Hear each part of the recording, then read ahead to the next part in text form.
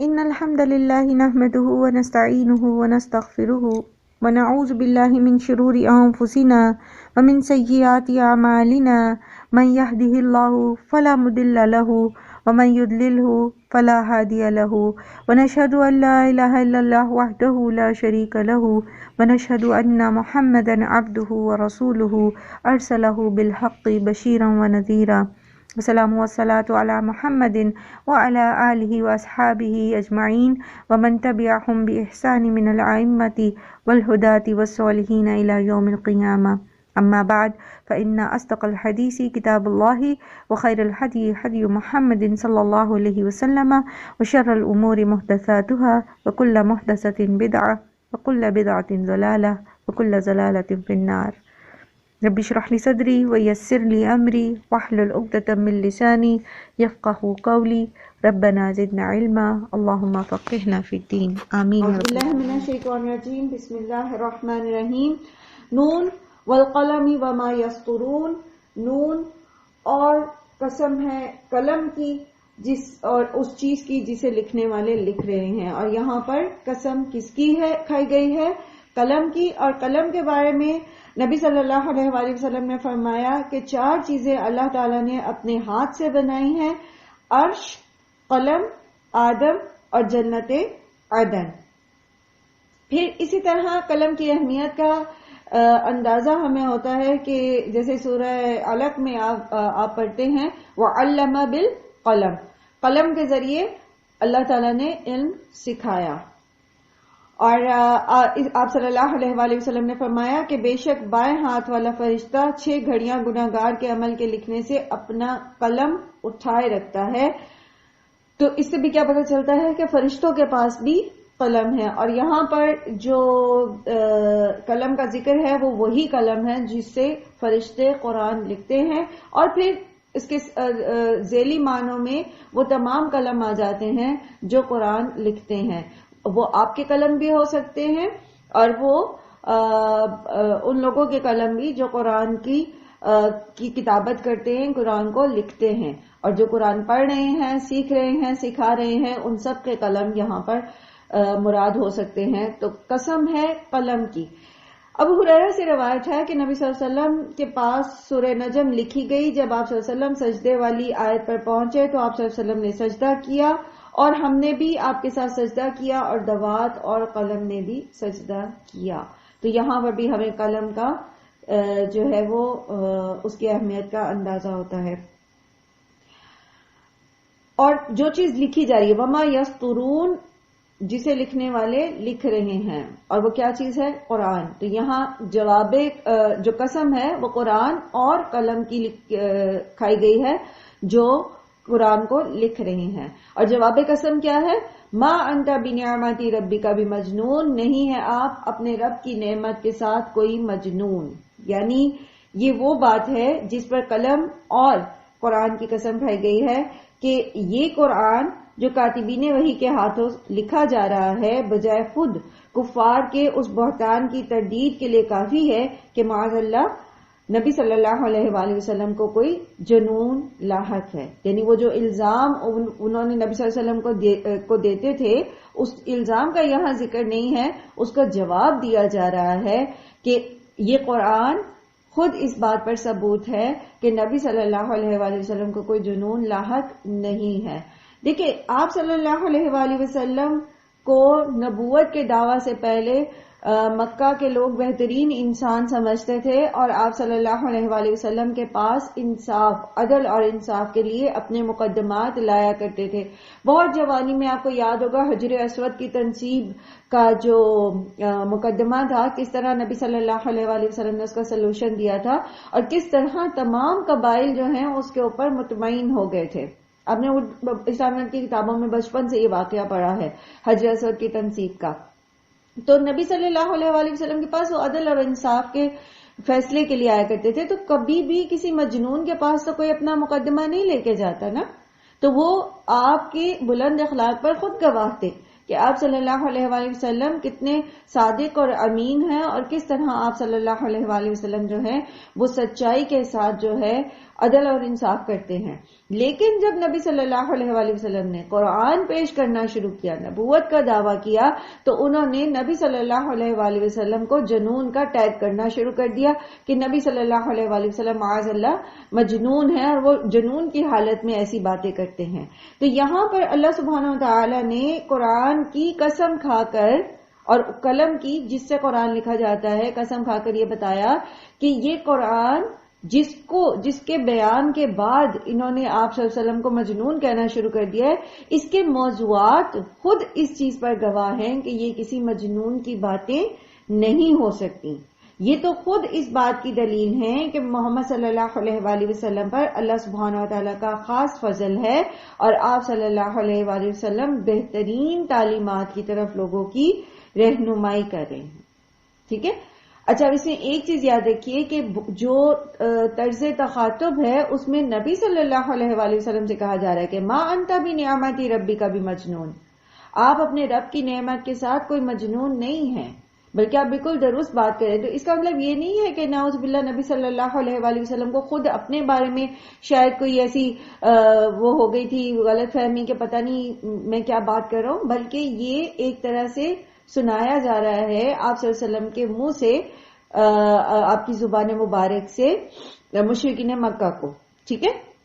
وَإِنَّ لَكَ لَأَجْرًا غَيْرَ مَمْنُونٍ، اور بے شک آپ کے لیے یقیناً اجر ہے جو کبھی ختم نہیں ہونے والا. یعنی آپ صلی اللہ علیہ وآلہ وسلم جو کام کر رہے ہیں وہ کام جو ہے اس کا اجر ایسا ہے جو کبھی بھی ختم نہیں ہونے والا.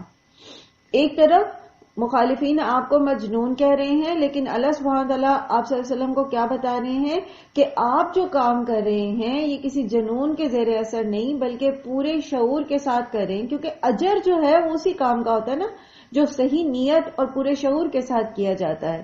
تو آپ کا کام تو ایسا ہے کہ اس کا اجر جو ہے وہ کبھی ختم نہیں ہوگا. اچھا، نبی صلی اللہ علیہ وآلہ وسلم کا اجر کا سلسلہ کبھی ختم کیسے نہیں ہو سکتا؟ آپ صلی اللہ علیہ وآلہ وسلم کی احادیث لے لیجئے، قرآن کریم لے لیجئے، سب سے پہلے تو آپ قرآن ہی لے لیجئے. یہ کس کی زبان سے ہمیں پہنچا، کس کی زبان کے ذریعے ہمیں پہنچا؟ محمد صلی اللہ علیہ وآلہ وسلم نے ہمیں قرآن کریم پڑھ کے سنایا. ٹھیک ہے. تو تا قیامت جب تک اللہ کو منظور ہوگا قرآن کریم پڑھا جائے گا، اور پھر اس سے جو ہدایت حاصل کرے گا اس سب میں کس کا حصہ ہوگا؟ محمد صلی اللہ علیہ وآلہ وسلم. ٹھیک ہے. سب سے پہلے درجے پر یہ قرآن خود آپ کے اس اجر کا ثبوت ہے جو کبھی بھی ختم نہیں ہونے والا. جب تک قیامت قائم ہوگی اور اللہ تعالیٰ کو منظور ہوگا قرآن کریم پڑھا جاتا رہے گا اور لوگوں کو ہدایت اس کے ذریعے ملتی رہے.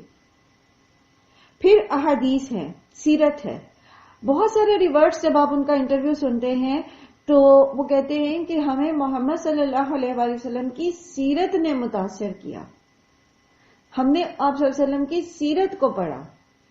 تو آپ صلی اللہ علیہ وآلہ وسلم کا کردار جس کا آگے بھی ذکر آئے گا، اور آپ صلی اللہ علیہ وآلہ وسلم کے اخلاق اور کردار جو ہیں وہ بھی چونکہ اللہ تعالیٰ نے ان کو بھی محفوظ کیا ہے، تو جب تک وہ اس سیرت اور کردار سے لوگ متاثر ہوتے رہیں گے تب تک جو ہے وہ آپ صلی اللہ علیہ وآلہ وسلم کا اجر جو ہے وہ ملٹی پلائی ہوتا رہے گا. اور یاد رکھیے اللہ تعالیٰ اجر دینے میں کمی نہیں کرتے. اور اجر کیسے بڑھتا ہے؟ جیسے ابھی آپ لوگ بھی اپنے اجر کو ملٹی پلائی کر سکتے ہیں. ٹھیک ہے. اور کس طرح ملٹی پلائی کر سکتے ہیں کہ وہ علم نافع جو آپ نے سیکھا ہے آپ اس کو آگے پہنچائیں. آپ ایک فرد تک پہنچائیں گے، وہ ایک فرد آگے 2 4 6 10، وہ 10 آگے 100، وہ 100 آگے 200. ایک چھوٹی سی بات، اچھی بات جو آپ پھیلائیں گے وہ آگے سے آگے چلتی چلی جائے گی اور ہر ایک کو اس میں سے اس کے اجر کا حصہ ملتا چلا جائے گا. سبحان اللہ. اور تو پھر آپ نبی صلی اللہ علیہ وآلہ وسلم کا اجر کا اندازہ لگائیں کہ کس طرح سے آپ صلی اللہ علیہ وآلہ وسلم کا اجر ملٹی پلائی ہوتا رہے گا تا قیامت. اور پھر یہ کہ قرآن سے ہدایت کی بات تو ابھی ہم نے کی، قرآن کی ریسیٹیشن، قرآن پڑھنا سکھایا نبی صلی اللہ علیہ وسلم نے، تو ایک حرف پڑھنے پر 10 نیکیاں اگر قاری کو ملتی ہیں تو اس میں سے اجر جو ہے وہ نبی صلی اللہ علیہ وآلہ وسلم تک بھی چلا جاتا ہے. اور بیچ میں جتنی چین بنی ہے آپ تک یہ پہنچانے کی، تو وہ ان سب کو بیچ میں سے اجر جو ہے وہ ملتا چلا جائے گا. آپ نے تجوید سیکھی، آپ کو آپ کی ٹیچر نے تجوید سکھائی، ٹھیک ہے. اب انہوں نے جہاں سے تجوید سیکھی، جہاں سے سیکھی، ان کے ٹیچرز نے جہاں سے سیکھی، پھر آگے ان کے ٹیچرز نے جہاں سے سیکھی، کرتے کرتے یہ چین بن جائے گی محمد صلی اللہ علیہ وآلہ وسلم تک. اور جو بھی اجر جس کو بھی ملے گا اس میں سے 1% نبی صلی اللہ علیہ وآلہ وسلم کو بھی ملے گی، اور بیچ کی ساری چین کو بھی ملے گی، اور آپ کے استاد کو بھی ملے گی. اور انشاءاللہ العزیز آگے جب آپ سکھائیں گے تو آپ کے لیے بھی اس کے اندر ایک حصہ مقرر ہو جائے گا. سبحان اللہ. وَإِنَّ لَكَ لَأَجْرًا غَيْرَ مَمْنُونَ، یہ آپ کو مجنون کہتے ہیں، یہ آپ کو ساحر کہتے ہیں، یہ آپ کو جھوٹا کہتے ہیں. آپ کا تو اجر ایسا ہے جو کہیں ختم ہی نہیں ہونے والا. سبحان اللہ. وَإِنَّكَ لَعَلَى خُلُقٍ عَظِيمٍ، اور آپ تو بلند اخلاق پر ہیں. آپ ان کی باتوں کو چھوڑ دیں، یہ جو آپ کو کہہ رہے ہیں. اور یہ لوگ خود سن لیں اس بات کو کہ نبی صلی اللہ علیہ وآلہ وسلم اخلاق کے بلند درجے پر ہیں. اس مقام پر اس کے 2 معنی، 2 طرح سے معنی لیے جاتے ہیں. نمبر 1 یہ کہ آپ صلی اللہ علیہ وآلہ وسلم اتنے بلند اخلاق پر فائز ہیں جس کی وجہ سے لوگوں کا منفی پروپیگنڈا آپ صلی اللہ علیہ وآلہ وسلم کو اس بڑے کام سے روک نہیں پائے گا، نہ روک پا رہا ہے. وہ آپ کو جو مرضی کہتے رہیں، یہ آپ کے بلند اخلاق ہیں، آپ کی سینس آف کمٹمنٹ ہے، آپ کا وہ اللہ سے کیا ہوا وعدہ ہے، آپ کو امانت کا وہ احساس ہے جو آپ کے پاس اللہ تعالیٰ نے امانت اتاری ہے، یعنی قرآن، کہ آپ لوگوں کی شدید مخالفت کے باوجود بھی رکیں گے نہیں کہیں پر. اور آپ صلی اللہ علیہ وآلہ وسلم رک نہیں رہے اور لوگوں کو مسلسل اللہ کا پیغام پہنچا رہے ہیں. تو جتنا بڑا کام انسان کا ہوتا ہے اتنے ہی بلند اس کے اخلاق ہونے چاہیے. ایک کمزور اور پست اخلاق کا انسان کبھی زندگی میں بڑا کام نہیں کر سکتا. وہ شخص جو لوگوں کی چھوٹی چھوٹی باتوں سے متاثر ہو جاتا ہو، وہ شخص جس کو ہر وقت لوگوں کی نگاہوں میں اپنے مقام کی فکر ہو، وہ شخص جو ہمیشہ معاشرے میں اپنے مرتبے کے لیے فکر مند رہتا ہو، ایسا شخص بڑے کام نہیں کر سکتا. کیونکہ وہ ہر چھوٹی چھوٹی بات سے، ہر ایک کے تبصرے سے متاثر ہو کر سب سے پہلا جو کام کرے گا وہ اس بڑے مقصد کو چھوڑنے کا کرے گا، تو وہ کبھی بھی بڑا کام نہیں کر سکتا. جتنا زیادہ بڑا اجر آپ کمانا چاہتے ہیں، جتنا بڑا زندگی میں کام کرنا چاہتے ہیں، اتنی ہی بلند اخلاق آپ کے ہونے چاہیے. سب سے پہلے آپ بلند ہو جاتے ہیں، آپ بالا ہو جاتے ہیں، لوگ کیا کہیں گے. اب یہاں پر آپ نبی صلی اللہ علیہ وآلہ وسلم کے عظیم اخلاق کا ایک پہلو یہ دیکھ رہے ہیں نا کہ لوگ آپ صلی اللہ علیہ وسلم کو مجنون کہہ رہے ہیں. لوگوں نے آپ سے امانت اور صداقت اور عدل اور انصاف کی وہ جو آپ صلی اللہ علیہ وسلم کو ایک مرتبہ معاشرے میں دے رکھا ہے، اپنے تئیں وہ اس مرتبے کو کم کرنا چاہتے ہیں. لیکن یہ ساری چیزیں آپ صلی اللہ علیہ وآلہ وسلم کو افیکٹ نہیں کر رہی، آپ کی کوششوں کو پر اثر انداز نہیں ہو رہی. وجہ کیونکہ آپ کو پتا ہے کہ آپ کے پاس امانت ہے اللہ کی، آپ نے اس کو ڈیلیور کرنا ہے، ورنہ امانت میں خیانت ہو جائے گی. سینس آف کمٹمنٹ، تو بلند اخلاق میں سینس آف کمٹمنٹ، وعدہ پورا کرنا، سچ بولنا، یہ سارے اخلاق بلند اخلاق ہیں. پھر لوگوں کی باتوں سے متاثر نہ ہونا، اپنا مرتبہ، اپنا مقام اللہ کی نگاہ میں دیکھنا، یہ مقام صدق ہے نا، سچائی کا مقام ہے کہ انسان اپنے آپ کو اللہ سبحانہ و تعالیٰ کی بکس میں دیکھے کہ میں وہاں پر کہاں پر سٹینڈ کرتا ہوں. ساری دنیا آپ کو نیک اور صالح کہے، لیکن اللہ کی کتابوں میں اگر ہم ریاکار ہیں تو فائدہ کوئی نہیں. لیکن اگر ساری دنیا آپ کو مجنون کہتی ہے، ساری دنیا آپ کو بے وقوف کہتی ہے، وہ جیسے سورہ بقرہ میں آپ نے پڑھا نا کہ جب انہیں کہا جاتا ہے کہ ایمان لاؤ اس طرح سے جیسے سب لوگ مومن ایمان لے کر آتے، تو وہ کہتے ہیں ہم ویسے ایمان لے کر آئے جیسے کہ بے وقوف ایمان لاتے ہیں. تو بے شک لوگ آپ کو بے وقوف کہیں، بے شک لوگ کہیں دیکھیں جن کا دماغ چل گیا ہے، یہ کہاں سے دنیا کے ایک بڑے سٹیٹس کو چھوڑ کر یہ دین کی طرف لگ گئی ہیں. تمہارے پاس اتنی بڑی ڈگری تھی، تم یہ کر سکتی تھی، تم وہ کر سکتی تھی، تم اتنا ارن کر سکتی تھی، تم نے کیا قرآن پڑھنا شروع کر دیا، تم نے کیا قرآن پڑھانا شروع کر دیا، اور کن کاموں میں تم لگی.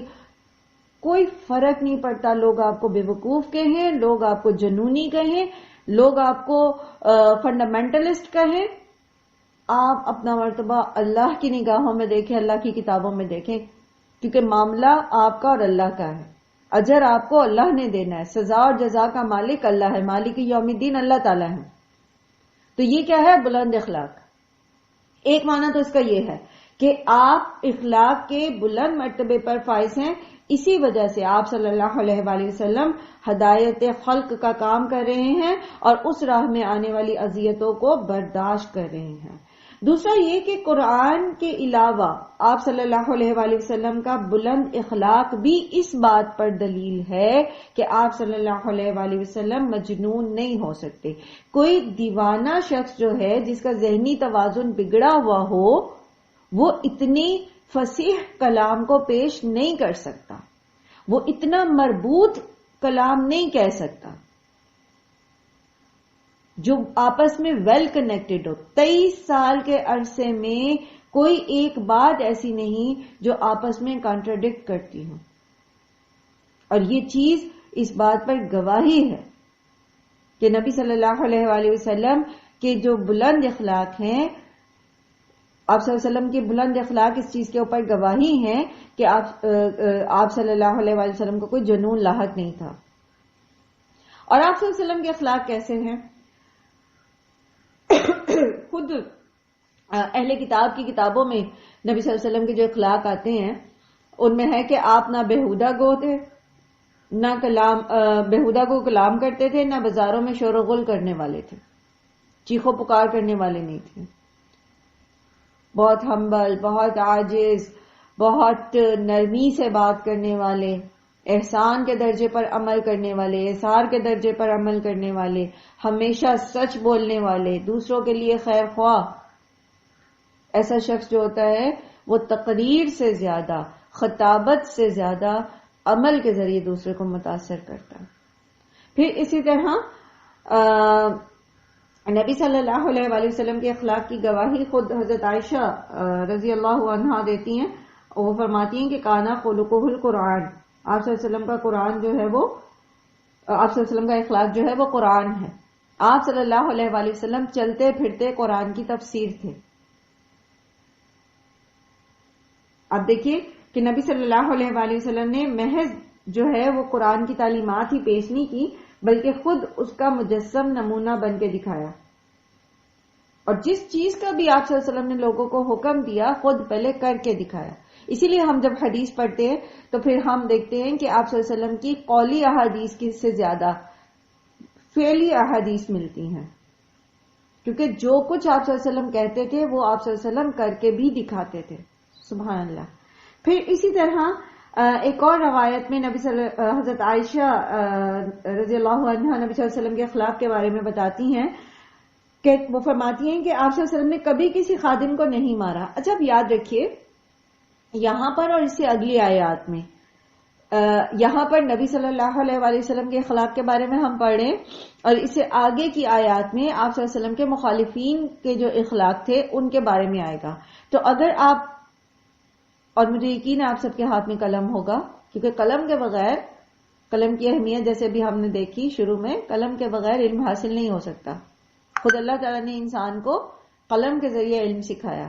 تو آپ دو کالم بنا لیں، ایک طرف لکھ دیجئے جو ریکوائرڈ ایتھکس ہیں آپ کے، مطلوبہ اخلاق، ٹھیک ہے، اس میں وہ سارے اخلاق آ جائیں گے جو ہم نبی صلی اللہ علیہ وآلہ وسلم کے یہاں پڑھیں. ایک ایک لفظ میں لکھتے جائیں، کیونکہ ہم کیا چاہتے ہیں؟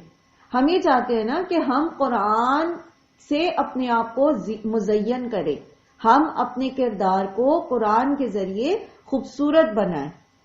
ٹھیک ہے؟ تو ایک طرف کالم میں آپ لکھتے جائیے اخلاق مسنونہ، ٹھیک ہے، جو مسنون اخلاق ہیں، جو پسندیدہ ہیں، اور ایک طرف آپ لکھیے اخلاق مذمومہ. مذموم یعنی جن کی مذمت کی گئی ہے، اور وہ آگے کی آیات میں آئیں گے کہ یہ برائیاں ہمارے اندر نہیں ہونی چاہیے اور یہ اچھائیاں ہمارے اندر ہونی چاہیے. اور ابھی تک ہم نے نبی صلی اللہ علیہ وآلہ وسلم کے اخلاق کے بارے میں کیا پڑھا؟ امانت داری، وعدہ پورا کرنا، نرم مزاجی، بےہودہ کلام نہ کرنا، شور و غل نہ کرنا، ٹھیک ہے، اور عدل اور انصاف. اور ابھی ہم اور پڑھنے لگے ہیں. اور پھر یہ کہ آپ صلی اللہ علیہ وسلم کا اخلاق قرآن، چلتا پھرتا قرآن تھا. اور پھر ابھی حضرت عائشہ ہی کی ایک روایت میں ہم پڑھنے جا رہے ہیں، اور وہ کیا ہے کہ آپ صلی اللہ علیہ وآلہ وسلم نے کبھی کسی خادم کو نہیں مارا. ٹھیک ہے؟ فزیکلی مارنا اس وقت چونکہ خادم یا غلام جو تھے ان کے لیے عام سی بات تھی کہ ان کو مالک جو ہے، آقا جو ہے، وہ مار سکتے تھے.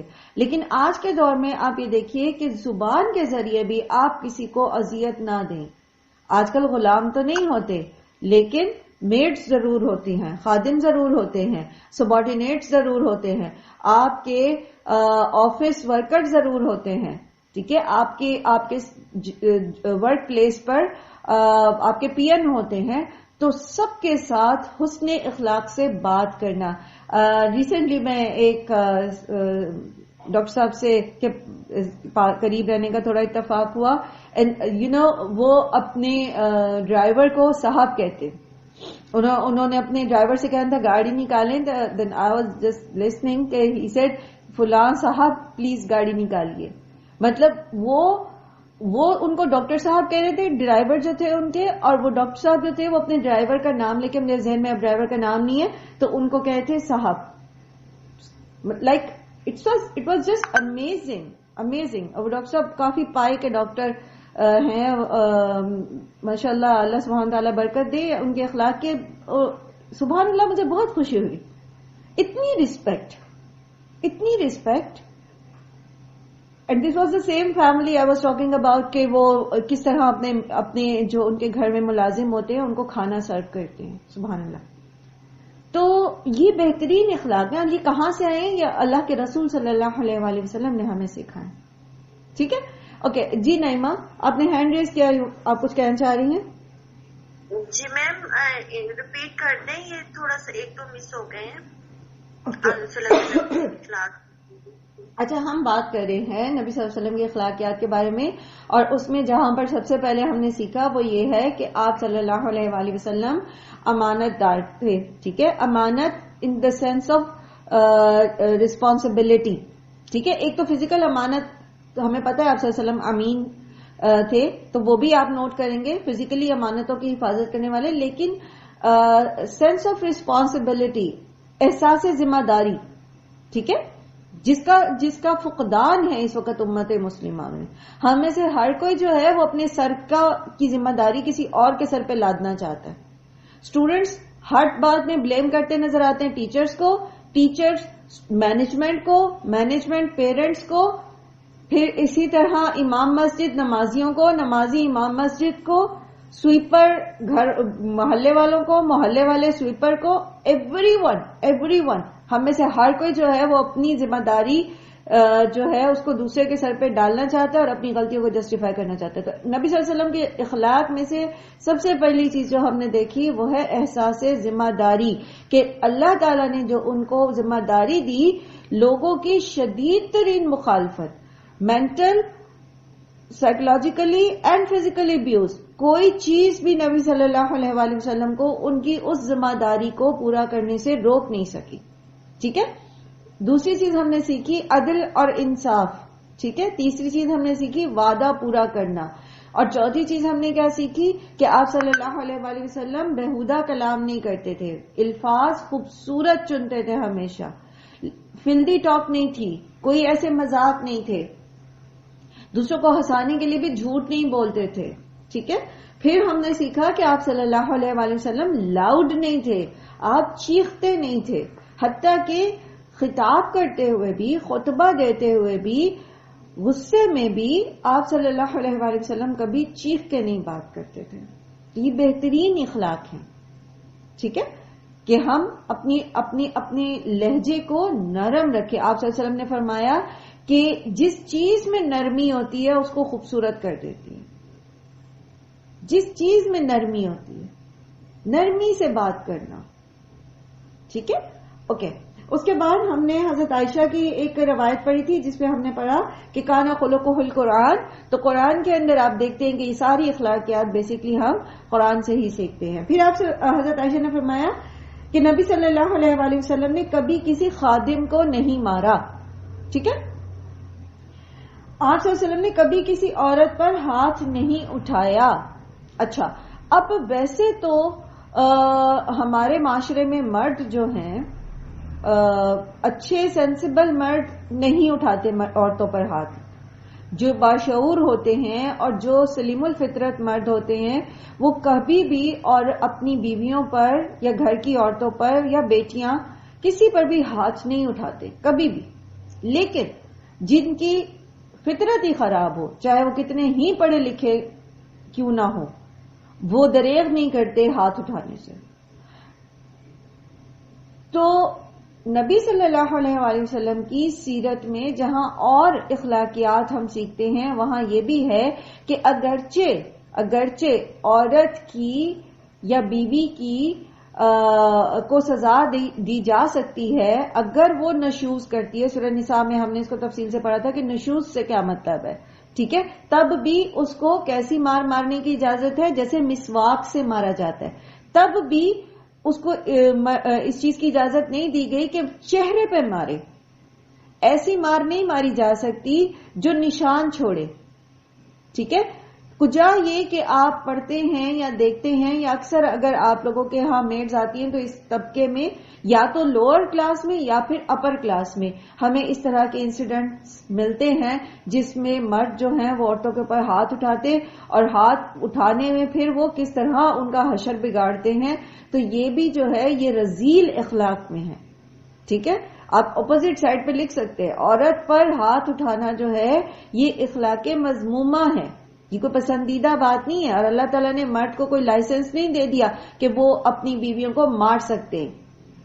یہ معاشرتی رویے ہیں جن کو لوگوں نے دین کا لباس پہنا دیا اور پھر ہماری نوجوان نسل جو ہے وہ اس بری طرح افیکٹ ہوتی ہے کہ لڑکیاں جو ہیں وہ سمجھتی ہیں کہ شاید اسلام نے صنف مخالف کو یا لڑکوں کو مردوں کو ان کے اوپر کوئی ایسی حاکمیت دے دی ہے کہ وہ سانس بھی نہیں لے سکیں گی اپنی مرضی سے، اور وہ متنفر ہوتی جا رہی ہیں ایک میرٹل سٹیٹس سے کہ وہ شادی کریں اور کسی کو ان کے اوپر حاکمیت ملے. تو یہ حاکمیت کا تصور جو ہے یہ غلط ہے.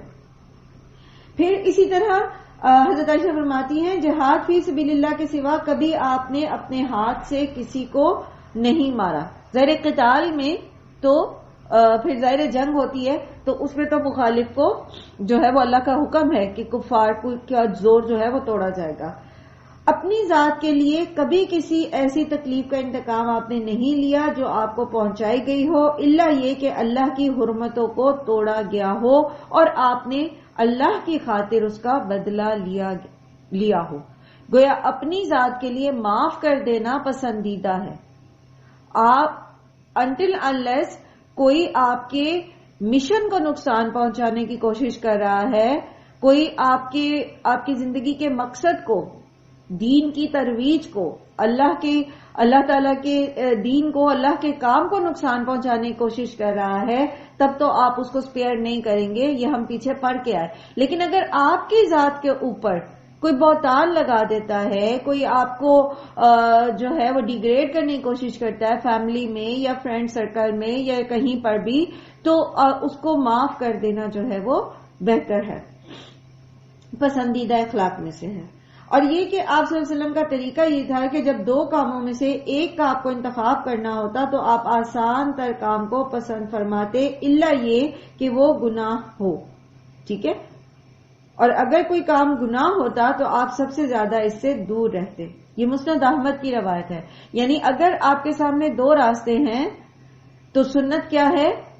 آپ صلی اللہ علیہ وسلم کا اخلاق کیا تھا کہ آپ نسبتاً آسان کام کو چنتے. اچھا ایسا کیوں تھا؟ جبکہ دوسری طرف ہم سیرت میں واقعات پڑھتے ہیں کہ آپ صلی اللہ علیہ وآلہ وسلم نے عزیمت کے درجے کے کام بھی کیے، لیکن امت کے اوپر رحمت کرتے ہوئے آپ صلی اللہ علیہ وآلہ وسلم نے ہمیں یہ طریقہ سکھایا کہ ہم مشکل کام کی بجائے آسان کام کو لے لیں. ٹھیک ہے. اچھا اس کی مثال یہ ہے، دیکھیں مثال کے طور پر یہ ایک ریمائنڈر بھی سمجھ لیجئے کہ رمضان چونکہ آنے والا ہے اور اللہ تعالی ہم سب کو توفیق دے، اور انشاءاللہ العزیز ہم شعبان کے آغاز سے ہی رمضان کی پلاننگ جو ہے وہ انشاءاللہ سٹارٹ کریں گے انشاءاللہ، تاکہ اس دفعہ ہم پچھلے رمضان سے زیادہ بہتر طریقے سے رمضان گزار سکیں. تو مثال کے طور پر رمضان کے روزے قضا آپ نے پورے کرنے ہیں، تو آپ کے پاس چوائس ہے کہ آپ اس کو سردیوں میں بھی رکھ سکتے ہیں اگر آپ کی صحت اجازت نہیں دیتی. اول تو جتنی جلدی ہو سکے قضا پوری کر لینی چاہیے، لیکن فرض کریں اگر آپ کی صحت اجازت نہیں دیتی اور آپ گرمی کا روزہ نہیں رکھ سکتے، تو جیسے سیزن تھوڑا نارمل ہوتا ہے، اب آسانی کیا ہے آپ کے لیے کہ آپ پر اللہ نے پابندی نہیں کی کہ آپ فوراً بعد شوال میں ہی جو ہے وہ روزے رکھیں. دس از گڈ اگر آپ رکھ لیتے ہیں، کیونکہ زندگی کا کوئی بھروسہ نہیں ہوتا، آپ رکھ لیں. لیکن اگر فرض کریں کہ آپ بیمار ہیں تو بجائے اس کے کہ اپنے آپ کو اذیت دیں، تکلیف دے روزہ رکھیں، آپ نسبتاً تھوڑا موسم معتدل ہو جائے اور آسان ہو جائے روزہ تو آپ رکھ لیں. ٹھیک ہے. نسبتاً آسان کام کو اختیار کرنا بھی آپ صلی اللہ علیہ وسلم کے اخلاق میں سے ہے. ٹھیک ہے. اور پھر اسی طرح حضرت انس کہتے ہیں کہ میں نے 10 سال رسول صلی اللہ علیہ وآلہ وسلم کی خدمت کی ہے، آپ نے کبھی میری کسی بات پر اف تک نہ کہا، اور یہ طریقہ جو ہے کبھی میرے کام پر یہ نہیں فرمایا کہ تو نے یہ کیوں کیا، اور کبھی کسی کام پر کے نہ کرنے پر یہ نہیں فرمایا کہ تو نے یہ کیوں نہ کیا. آپ سب کو پتا ہے کہ حضرت انس بہت چھوٹی عمر میں نبی صلی اللہ علیہ وآلہ وسلم کے پاس آئے. ٹھیک ہے. آپ صلی اللہ علیہ وسلم کے پاس ام سلیم جو ہے حضرت انس کو کی والدہ جو ہیں وہ چھوڑ گئی تھی بہت چھوٹی عمر میں، قریباً 10 سال کے تھے، اور 10 سال ہی پھر انہوں نے آپ صلی اللہ علیہ وسلم کی خدمت کی. تو آپ دیکھتے ہیں کہ یہ وہ ایج ہوتی ہے 10 سے 20 سال کی عمر کے بیچ میں جس میں ٹین ایج آتی ہے. اور سبحان اللہ انسان وہی ہیں، ہارمونز وہی ہیں، اور اللہ نے ایک ہی فطرت پر انسان پیدا کیے. تو ٹین ایج کے اندر موڈ سوئنگز آتے ہیں اور بہت موڈی ہو جاتے ہیں بچے. تو مائیں جو ہیں ان کو اس ایج کو ٹیکل کرنے کا طریقہ آنا چاہیے. یہ بھی آپ کو سنت سے پتا چل رہا ہے، اور وہ کیا ہے کہ حضرت انس خود بتاتے ہیں کہ نبی صلی اللہ علیہ وسلم نے ان کی باتوں پر وہ جو بھی شرارت کرتے ہوں گے یا کبھی سستی کرتے ہوں گے یا کبھی ہائپر ایکٹیو ہوتے ہوں گے، کبھی اپنی مرضی سے کام کر دیتے ہوں گے. ٹھیک ہے. یوزلی اس ایج میں کیا ہوتا ہے، بچے کیا کرتے ہیں جو ٹین ایجر ہوتے ہیں ان کو وہ ایک ایسے مائنڈ سیٹ میں ہوتے ہیں کہ انہیں لگتا ہے کہ وہ بہت اعلیٰ کام کر سکتے ہیں، اور شاید پیرنٹس جو ہے وہ انڈر ایسٹیمیٹ کر رہے ہیں انہیں، تو وہ کبھی آپ کی ہدایات سے بیونڈ بھی جو ہے وہ کام کر لیتے ہیں. تو کوئی بات نہیں، اگر وہ گڑبڑ بھی کر دیں تو اف نہیں کہیں.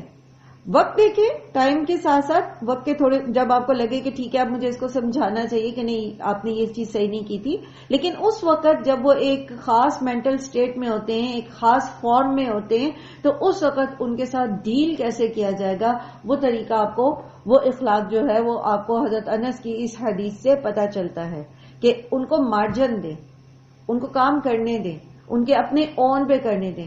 بچیاں ہیں وہ کچن میں کچھ بنانا چاہتی ہیں، آپ انہیں تھوڑی سی لمٹس بتا دیں کہ بھئی میس نہیں کرنا، رسک ضائع نہیں کرنا، اپنا خیال رکھنا ہے، چولہے کو کیسے ڈیل کرنا ہے، کچھ چھوٹی چھوٹی چیزیں بتا دیں، then let them do it their own. یہ بہت زیادہ ان کی لرننگ کے لیے ضروری ہے اور ان کو ان کی کانفیڈنس بلڈنگ کے لیے ضروری ہے. اسی طرح بچے لڑکے بہت سارے ایسے کام کرنا چاہتے ہیں جو اپنے ابا جی کو دیکھتے ہیں کرتے ہوئے، اور ابا جی کہتے ہیں no you can't do this, you can't handle these like instruments. وہ اپنے ٹولز اور اپنی چیزوں کو بڑا وہ رکھتے ہیں سائڈ پہ، اور نہیں تم یہ نہیں کرو وہ نہیں کرو. تو یہ نہ کرو والی بات جو ہے نا اس کو تو چھوڑ ہی دیں ٹین ایجرز کے لیے. یہ مت کرو وہ مت کرو، کیونکہ یوزلی اس ایج میں بچے بہت ہائپر ہوتے ہیں. یا تو وہ بالکل سست ہو جائیں گے جب آپ انہیں کچھ نہیں کرنے دیں گے.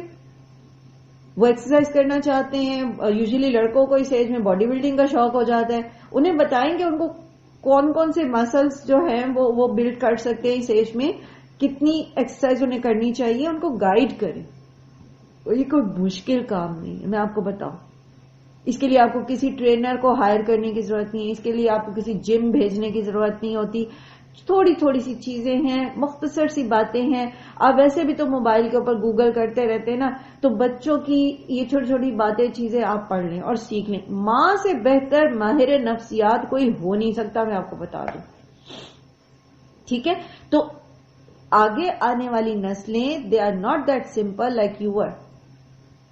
آپ اپنی ٹین ایج کے ساتھ آج کے ٹین ایجرز کو کمپیئر نہ کریں، اور جو حکمت آپ کو اللہ کے رسول صلی اللہ علیہ وآلہ وسلم نے سکھائی اس حکمت کے ساتھ ان کو ٹرین کریں، ان کو سپیس دیں، تاکہ ان کا ذہن بھی پروان چڑھے اور جسمانی طور پر بھی وہ ہیلدی ہوں. فَسَتُبْصِرُ وَيُبْصِرُونَ، اور ان قریب آپ دیکھیں گے اور وہ بھی دیکھیں گے. یعنی وہ جو اس وقت آپ کو جھٹلا رہے ہیں وہ بھی دیکھیں گے کہ کس طرح سے جو ہے وہ دین جو ہے وہ پروان چڑھتا ہے، اسلام اپنی جگہ بناتا ہے، آپ صلی اللہ علیہ وسلم کی حقانیت ثابت ہو جائے گی اور آپ بھی دیکھ لیں گے. ٹھیک ہے، اٹ ول ٹیک ٹائم، ابھی وقت لگے گا لیکن ثابت ہوگا. بِأَيِّكُمُ الْمَفْتُونَ، کہ کون تم میں سب سے زیادہ فتنے میں ڈالا ہوا ہے. اور ہم نے دیکھا کہ ہسٹری نے پروف کر دیا اس چیز کو، تاریخ نے ثابت کیا کہ صحیح کون تھا اور غلط کون تھا. ان ربک هو اعلم بمن ضل عن سبیلہ، بے شک آپ کا رب وہ زیادہ بہتر جانتا ہے کہ کون اس کے راستے سے بھٹکا ہوا ہے. وَهُوَ أَعْلَمُ بِالْمُهْتَدِينَ، اور وہ ہدایت یافتہ لوگوں کو بھی جانتا ہے. تو بات کیا ہے اصل میں، کہ اصل معاملہ لوگوں کی باتیں نہیں ہیں، لوگوں کے کرائیٹیریاز نہیں ہیں. اصل بات یہ ہے کہ اللہ تعالیٰ جانتے ہیں. اور یہ مزے کی بات ہے، سب سے زیادہ سکون دیتی ہے آپ کو یہ بات. وہ لوگ جن کی زندگیاں کرائسس میں گزرتی ہیں، جو لوگوں کے ذریعے آزمائے جاتے ہیں. پتہ ہر ایک کی آزمائش مختلف ہوتی ہے. کوئی بیماری سے آزمایا جاتا ہے، کوئی مالی تنگی سے آزمایا جاتا ہے، اور سب سے زیادہ تکلیف دہ آزمائش ہوتی ہے جو آپ کو اپنے ارد گرد کے لوگوں کی طرف سے آتی ہے. ان کی باتیں، ان کا رویہ، ان کی آپ کے ساتھ ناانصافیاں، ان کے ساری مطلب چیزیں جو ہوتی ہیں، یہ سب سے زیادہ تکلیف دہ ہوتی ہے. کیونکہ ہیومن سائیکالوجی جو ہے، انسانی نفسیات، وہ ہر چیز کو برداشت کر لیتی ہے، مالی نقصان کو بھی، پھر اپنی جان کے اوپر بھی، بیماری آزاری کو بھی برداشت کر لیتی ہے. لیکن جن لوگوں کے ساتھ وہ مینٹلی اٹیچ ہوتا ہے، یا جن کی طرف سے اس کی ایکسپیکٹیشنز ہائی ہوتی ہیں اور وہ سمجھتا ہے کہ ان کو مجھے سپورٹ کرنا چاہیے، وہ جب مخالفت کرتے ہیں تو وہ سب سے بڑی تکلیف دہ چیز ہو جاتی ہے. تو بات دراصل یہ ہے، یہی چیز آپ کو حوصلہ دیتی ہے اس وقت کہ وَهُوَ أَعْلَمُ بِالْمُهْتَدِينَ. اللہ بہتر جانتا ہے نا. لوگ جو مرضی کہہ دیں میرے بارے میں، لوگ جیسے مرضی محاذ کھڑے کر لیں، میرا معاملہ میرے اللہ کے ساتھ ہے، اور الٹیمیٹلی اللہ ہی کے ہاتھ میں فیصلہ ہے، میرے ہاتھ میں نہیں ہے، لوگوں کے ہاتھ میں نہیں ہے. عزت اور ذلت اللہ کے ہاتھ میں. اور یہ دنیا کی زندگی بہت محدود ہے، اس میں کوئی کیا مجھے ذلیل کرے گا اور کوئی کیا مجھے عزت ہی دے سکتا ہے. اصل عزت تو ہمیشگی کی زندگی میں ہے. اور آپ دیکھیے، سب سے زیادہ الزامات اور سب سے زیادہ جھٹلائے گئے ہیں انبیاء. ان کے منہ پہ ان کو جادوگر، ساحر، جھوٹا اور مجنون، کسی ایک نبی کو کی لائف آپ اٹھا کے دیکھ لیں، واقعہ قرآن میں سے سیم الزامات ہر نبی نے کو ان کی قوم نے کہے. اور حالانکہ انبیاء اپنی قوموں میں سے سب سے بہترین لوگ ہوتے اخلاق کے معاملے میں. سبحان اللہ. تو یہ بات ہمیں سکون دیتی ہے کہ اللہ تعالیٰ کو پتا ہے کون سیدھے رستے سے ہٹ گیا ہے اور کون سیدھے رستے پر ہے.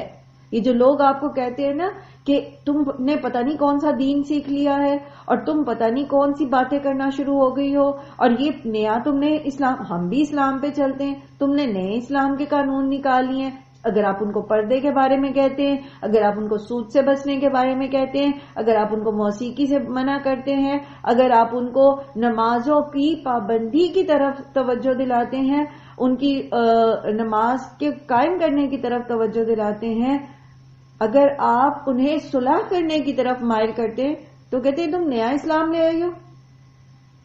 تو اللہ بہتر جانتا ہے کہ کون غلط طریقے پہ تھا اور کون سیدھے رستے پر ہے. سو آپ مطمئن رہیے.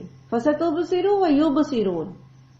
ایک وقت آئے گا جب اللہ تعالی ثابت کر دیں گے کہ آپ سیدھے رستے پر تھے، آپ قرآن کو لے کے چلے تھے، آپ قرآن کا مطلوب انسان بنے تھے، آپ رحمان کے بندے بنے تھے. تو الٹیمیٹ فلاح اور فتح آپ کی ہوگی. فَلَا تُطِعِ الْمُكَذِّبِينَ. اور نہ آپ اطاعت کیجئے جھٹلانے والوں کی. اس میں ایک چیز اور سمجھ آتی ہے، ایک اچھے اخلاق کی. اخلاق مسنونہ کیا ہے کہ جھٹلانے والوں کے طریقے پہ نہیں چلنا، جو اللہ کی تعلیمات کو جھٹلاتے ہیں زبان سے یا عمل سے. یہاں پر کون سے لوگ ہیں جو زبان سے جھٹلا رہے تھے، جو قرآن کو اللہ کا کلام نہیں مان رہے تھے، لیکن اسی کے اندر مفہوم پایا جاتا ہے کہ جو عملاً جھٹلاتے ہیں آپ نے ان کو فالو نہیں کرنا. ابھی آپ دیکھیں تو یوزلی دنیا میں جو ٹرینڈ سیٹرز ہوتے ہیں، جن کو آپ آئیکنز کہہ لیں، وہ آئیکنز یا آئیڈلز جن کو بولتے ہیں، شوبز کے ہیں یا سپورٹس کے ہیں یا اکنامیکل فگرز ہیں. اس وقت لیڈ کون کر رہا ہے؟ فیشن ڈیزائننگ میں یا کسی بھی فیلڈ میں اس وقت لیڈ کون کر رہا ہے دنیا کو؟ جلدی سے بتائیں ایک ورڈ میں کون لیڈ کر رہا ہے؟ میڈیا. یورپ لیڈ کر رہا ہے نا. ٹھیک ہے، سپورٹس لے لیجئے، انڈسٹری لے لیجئے، ویپن انڈسٹری لے لیجئے، فائنانس، اکنامکس، ہر چیز کون لیڈ کر رہا ہے؟ یورپ. اور وہ کون ہے؟ مکذبین. وہ اللہ کے کلام کو نہیں مانتے. میجورٹی جو حکومت ہے وہاں پر، جو جیوز ہیں، جو کرسچنز ہیں، وہ اللہ کو نہیں مانتے، وہ اللہ کے کلام کو، قرآن کو نہیں مانتے، وہ اللہ کے رسول صلی اللہ علیہ وآلہ وسلم کو نہیں مانتے. تو ان کی اطاعت نہیں کرنی. وہ جو آپ کو فائنانشل اور اکنامیکل پالیسیز دے رہے ہیں، اس کو ہضم کرنے کی بجائے اس کے اوپر غور کریں اور دیکھیں کہ وہ آپ کو کہاں پھنسا رہے. انا للہ و انا الیہ راجعون. ہم اس دلدل میں بری طرح پھنسے ہوئے ہیں. اب ہمارے بڑوں نے اس کو بارڈر ہی نہیں کیا کہ کس کی اطاعت کرے. وہ یہی قرآن پڑھتے ہیں، حفظ کرتے ہیں، مدارس میں پڑھاتے ہیں، لیکن یہ فارمولا ان کو یاد نہیں کہ فلا تطع المکذبین. پھر فیشن ہے، فیشن انڈسٹری. سب سے پہلے ہالی ووڈ کے اندر فیشن چلتا ہے، جو پھر بالی ووڈ میں آتا ہے انڈیا، اور پھر کوریا اور دیگر کنٹریز، اینڈ دین ان پاکستان. اور ہم آنکھیں بند کر کے اس کو فالو کرتے ہیں، چاہے وہ سکن ٹائٹس ہوں، چاہے وہ ٹاپ لیس ہوں، چاہے وہ اس کو ہم پاکستانی تڑکا لگا دیں، لیکن ہم بیسک وہی فیشن فالو کر رہے ہیں. فلا تطع المکذبین. جو اللہ کے مخالفت کر رہے ہیں ان کے پیچھے نہیں چلنا، ان کو فالو نہیں کرنا. یہ آپ کو فارمولا دے دیا اللہ تعالیٰ نے. اپنا فیشن خود نکالیے، جو سطر پوش ہو، جو خوبصورت ہو، جو لباس کے وہ تینوں تقاضے پورے کرتا ہو جو اللہ تعالیٰ نے لباس کا مقصد بتایا، جو لباس التقوی ہو. آپ کو فیشن انڈسٹری سے منع تو نہیں کیا، لیکن آپ کی حدود وہ ہونی چاہیے جو اللہ تعالیٰ نے آپ کو بتائیں. لیکن آپ آج کس چیز کو آئیکنز بنا کے بیٹھے ہوئے اور بغیر کسی روک ٹوک کے آپ کے میڈیا پر یہ چیزیں چل رہی ہیں، اور بغیر کسی روک ٹوک کے آپ کے معاشرے میں کو امیون کر دیا گیا پچھلے 21 سال میں کہ وہ دوپٹے کے بغیر اور شارٹس اور اسکن ٹائٹ جینز اور یہ ساری چیزیں اتنی عام ہو گئی کہ اب یونیورسٹیز میں، ہاسپٹلز میں، کہیں پر بھی، بازار میں، مارکیٹ میں آپ کو ایسی بہت ساری، اللہ سبحانہ وتعالی ہم سب پر رحم فرمائے، انا للہ و انا الیہ راجعون، ہمیں یہ نمونے چلتے پھرتے نظر آتے ہیں. آلدو دوسرے لوگ بھی نظر آتے ہیں جو حیا والا لباس پہنے ہوئے ہوتے ہیں، وہ بھی نظر آتے ہیں، لیکن ریشو کچھ ان کی کم ہوتی جا رہی ہے. And this is alarming. پھر اسی طرح کھانے پینے کی ہیبٹس لے لیجئے. ہمارے روزمرہ کے کھانے جو تھے وہ یہ نہیں تھے جو ویسٹ میں کھائے جاتے تھے، لیکن اب اگر آپ ریشو چیک کریں تو ہیلدی فوڈ، وہ سبزیاں، وہ کچی سبزیاں کھانا، وہ ساگ پالک کھانا، وہ دالیں کھانا، وہ مکئی کی روٹی کھانا، جو کبھی آپ کے کلچر کا حصہ ہوتی تھی، ہم نے وہ چھوڑ کر ان کی جگہ پیزا، پاستا اور برگرز کو دے دی. یہ کس کی اطاعت کریں؟ اور کیا واقعی ایمانداری سے سوچئے کیا یہ ہیلدی فوڈ ہیں؟ ہمیں تو اللہ تعالیٰ نے فارمولا دے دیا بھائی کہ فَلَا تُطِعِ الْمُكَذِّبِينَ، کسی بھی جگہ پر آپ نے آنکھیں بند کر کے ان کی اطاعت نہیں کرنی. آنکھیں بند کر کے ان کی اطاعت نہیں کرنی. اگر آپ کو لگتا ہے کہ یہ علم ہے، یہ ضروری ہے، یہ سیکھنا ہے یا اس کو ایڈ کرنا ہے اپنے پاس، کیونکہ علم تو آپ کہیں سے بھی لے سکتے ہیں، تب بھی اس کو چھانے پھٹکے اچھی طرح سے کہ وہ آپ کی جو اللہ تعالیٰ نے آپ کو جو اخلاقیات کا معیار دیا ہے اس پہ پورا اتر رہا ہے یا نہیں اتر رہا، پھر اس کو لیں. ترقی کے نام پر یورپ کا کوڑا کچرا اپنے گھروں میں نہ بھریں. اور پھر آپ دیکھتے ہیں کہ اس کا اثر کتنا ہو رہا ہے آپ کی ینگ جنریشن پر. کس طرح آپ کی جو یوتھ ہے وہ مطلب جو اولاد ہے وہ ماں باپ کی سمجھ لیجیے کہ ادب اور آداب کے دائرے سے نکلتی چلی جا رہی ہے. آلدو یہ قیامت کی نشانیوں میں سے ایک نشانی ہے، لیکن آپ دیکھیں کہ وہ جو ادب کا معیار تھا کسی دور میں، اب وہ نہیں ہے. کیوں؟ کیونکہ ہم نے وہ کلچر اپنانا شروع کر دیا جو جھٹلانے والوں کا تھا. اللہ تعالیٰ نے منع کیا فَلَا تُطِعِ الْمُكَذِّبِينَ. یہ ہمارا کلچر نہیں ہے کہ آپ ٹیچر کو مسٹر فلاں اور مسز فلاں کہہ کے پکاریں. یہ ہمارا کلچر نہیں کہ آپ گلی میں جاتے ہوئے اپنے پڑوسی کو مسٹر فلاں کہیں. ہمارے کلچر میں چاچا جی یا انکل یا آنٹی کہہ کے بلایا جاتا تھا کسی بھی رینڈم پرسن کو. اب ان کا نام لے کے اپنے سے بڑے کو نہیں بلاتے، باجی، خالہ. یہ سب ریسپیکٹ کے طریقے تھے. لیکن آج ہم نے ترقی کے نام پر، بولڈنس کے نام پر، کانفیڈنس کے نام پر یہ سارا کوڑا کچرا اپنے گھروں میں، اپنے صحنوں میں ڈال دیا. انا للہ و انا الیہ راجعون. آج ہمارے بچے اپنے آپ کو یونیورسٹی لیول میں جا کے وہ اپنے آپ کو کانفیڈنٹ کہتے ہیں جب وہ اس لہجے میں بات کرتے ہیں اپنے اساتذہ سے یا اپنے کلاس فیلوز سے. یہ ہمارا کلچر نہیں تھا کہ لڑکے اور لڑکیاں ایک دوسرے کو اس طرح فرینکلی کیفیٹیریا میں بیٹھ کے، تو بے شک وہ پڑھائی ہی کی باتیں کریں، لیکن یہ ہمارا کلچر ہی نہیں، یہ مسلم کلچر ہی نہیں ہے. ہمارا کلچر کیا ہے کہ مرد جو ہے، لڑکے جو ہیں، جب یونیورسٹی میں، جب ہم لوگ بھی یونیورسٹی پڑھا کرتے تھے تو یا جب جاب کیا کرتے تھے تو ہمارے کولیگز جو تھے، میل کولیگز، کبھی آنکھ اٹھا کے نہیں دیکھتے تھے. اور لٹرلی مجھے یاد ہے کہ ہاتھ باندھ کے نظریں جھکا کے، سر جھکا کے بات کرتے تھے. ہمارا کلچر تو یہ تھا. اسلام تو یہ کلچر آپ کو دے رہا تھا کہ اگر آپ کو کہیں پر انٹریکشن کرنا پڑتا ہے، کہیں آپ کے پاس نہیں ہے اب الگ یونیورسٹیز خواتین کی، یا اس کیلیبر کی نہیں ہے جو سبجیکٹس آپ پڑھنا جا رہے ہیں، یا آپ کہیں ورک پلیس پر ہیں اور آپ کو انٹریکٹ کرنا پڑ رہا ہے، تو دیر آر دا لمٹس. یہ کوئی کانفیڈینس نہیں ہے آنکھیں پھاڑ پھاڑ کے، دیدے پھاڑ پھاڑ کے اور بلنٹلی بولنا. لیکن ہم نے ترقی کے نام پر کیا کیا؟ جھٹلانے والوں کو فالو کرنا شروع کرتی ہیں، جبکہ اللہ تعالیٰ نے ہمیں یہ فارمولا دے دیا تھا کہ فلا تطع المکذبین، ان کی اطاعت نہیں کرنی، ان کی فٹ سٹیپ کو فالو نہیں کرنا. ٹھیک ہے، سائنٹیفک ترقی انہوں نے، چونکہ سائنٹیفکلی بہت زیادہ ڈیولپمنٹ کی انہوں نے، کیونکہ ہم نے پڑھا جو نہیں. اب قصور تو ہمارا اپنا ہے کہ ہمیں لا محالہ جو ہے وہ انگلش پڑھنی ہی ہے، تبھی ہم وہ ساری ریسرچز پڑھ سکیں گے جو اغیار نے کی ہیں، جو ویسٹ نے کی ہیں.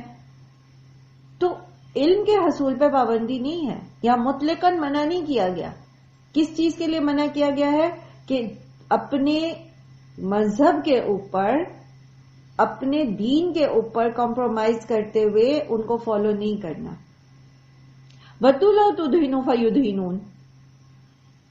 اب اسلام کی تبلیغ کے بارے میں اللہ تعالیٰ فرما رہے ہیں کہ وہ تو یہ چاہتے ہیں کہ آپ تھوڑے سے ڈھیلے پڑیں، تھوڑا مارجن آپ ان کو دے دیں تو وہ بھی ڈھیلے پڑ جائیں، وہ بھی آپ کی مخالفت کر کر کے تھکے پڑے ہیں. وہ چاہتے ہیں کہ کوئی درمیانی راہ نکل آئے، اور یہ درمیانی راہ والے آپشن آج بھی لوگ دیتے ہیں. کوئی ایسا گلوبل ریلیجن بنا لیں جس میں سب راضی ہو جائیں. یاد رکھیے ایسی کوئی آپشن ہمارے پاس موجود نہیں ہے. اسلام دین حق ہے، تمام انبیاء اسلام کا دین لے کر آئے، اور یہی دین جو ہے یہ اللہ تعالیٰ کو منظور ہے. اس کے علاوہ کوئی دین اللہ کو منظور نہیں ہے. انشاءاللہ العزیز کل اسی سے آگے جو ہے وہ ہم پھر آغاز کریں گے اپنے لیسن کا، اور اس میں پھر ہم وہ اخلاق مذمومہ پڑھیں گے جو آپ صلی اللہ علیہ وآلہ وسلم کے مخالفین میں موجود تھے. اللہ سبحانہ تعالیٰ ہمیں توفیق دے کہ ہم بہترین اخلاق والے ہوں، کیونکہ میزان کے اندر سب سے زیادہ جو چیز وزن رکھے گی وہ عمدہ اخلاق ہیں. سب سے زیادہ بھاری نیکی جو میزان میں ہوگی قیامت کے دن وہ عمدہ اخلاق ہیں. اور اخلاق میں پھر صرف لفاظی نہیں آ جاتی. بہترین اخلاق تب ثابت ہوتے ہیں جب آپ اس پر عمل بھی کرنے والے ہیں، ورنہ آپ کے اچھے الفاظ کچھ عرصے بعد اثر چھوڑ دیتے ہیں. جب تک ہم اپنی باتوں پر عمل نہیں کرتے ہمارے الفاظ اثر نہیں کرتے، اور وقت کے ساتھ ساتھ وہ اپنی اثر انگیزی چھوڑ دیتے ہیں. تو اپنے عمل بھی، آج کا ہمارا ہوم ورک کیا ہونا چاہیے کہ ہم سب اس چیز کو دیکھیں کہ میرے اندر کون سی اخلاقی برائی پائی جاتی ہے. ٹھیک ہے، اور یہ کہ مجھے اپنی کس اچھی عادت کو مزید پالش کرنے کی ضرورت ہے، مزید اس کو نکھارنے کی ضرورت ہے.